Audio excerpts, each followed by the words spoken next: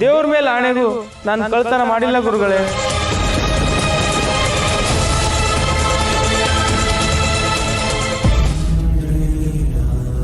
ನೋಡಿ, ಈತ ಅವನ ತಪ್ಪನ್ನು ಒಪ್ಪಿಕೊಂಡಿದ್ದಾನೆ.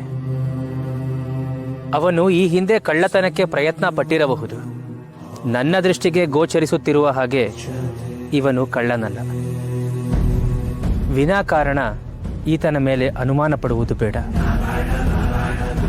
ದೇವರ ಮೇಲೆ ಆಣೆ ಮಾಡುವುದು ಸಾಮಾನ್ಯ ವಿಷಯವಲ್ಲ.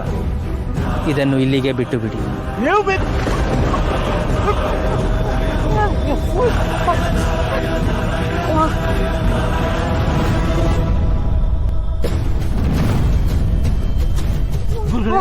ಗುರುಗಳೇ, ಏನಾಯ್ತು ಈತನಿಗೆ? ನೀವ್ ಯಾಕೆ ಕಳ್ಳನ ಪರವಾಗಿ ಮಾತಾಡ್ತಾ ಇದ್ದೀರಿ? ನಾನ್ ನಿಮ್ಗೆ ಇವಾಗ ಒಂದು ಸವಾಲು ಹಾಕ್ತೀನಿ, ಸ್ವೀಕರಿಸ್ತೀರಾ? ಹೇಳಿ. ಈ ಕಳ್ಳ ನನ್ನ ಚಿನ್ನದ ಸರಾನ ಕದ್ದಿಲ್ಲ ಅಂತ ನೀವು ನಿರೂಪಿಸಿದ್ರೆ ಆ ಸರಾನ ನಾನು ನಿಮಗೆ ದಾನವಾಗಿ ಕೊಟ್ಬಿಡ್ತೀನಿ. ತಾವು ಸೋತ್ರೆ ನನ್ನ ಹತ್ರ ಕ್ಷಮೆ ಯಾಚಿಸ್ತೀರಾ? ಆಗಲಿ. ಆ ಸರ ಎಲ್ಲೇ ಇದ್ರು, ಯಾರೇ ಕದ್ದಿದ್ರು ಅದಿಲ್ಲಿ ಪ್ರಕಟವಾಗುತ್ತೆ.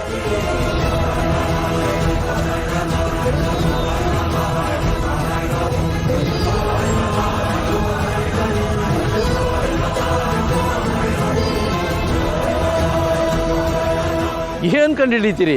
ಇದೇನ್ ಮಾವನಕಾಯ ಮಂತ್ರ ಕುದುರೋದಿಕ್ಕೆ? ಎಲ್ಲಿ ಎಲ್ಲಿ ಗುರುಗಳೇ ನನ್ನ ಸರ? ಆತರ ಪಡಬೇಡಿ, ಸತ್ಯ ಇಲ್ಲೇ ಇದೆ. ನಿಮ್ಮ ಕುತ್ತಿಗೆಯ ಸರ ಇಲ್ಲೇ ಇದೆ, ಸನಿಹದಲ್ಲೇ ಇದೆ. ಎಲ್ಲಿ ಎಲ್ಲಿದೆ ಗುರುಗಳೇ? ಇಲ್ಲೇ ನಿಮ್ಮ ಸರ ಮತ್ತು ನಿಮ್ಮ ಸರ ಕದ್ದವನು ನಿಮ್ಮ ಪಕ್ಕದಲ್ಲೇ ಇದ್ದಾನೆ.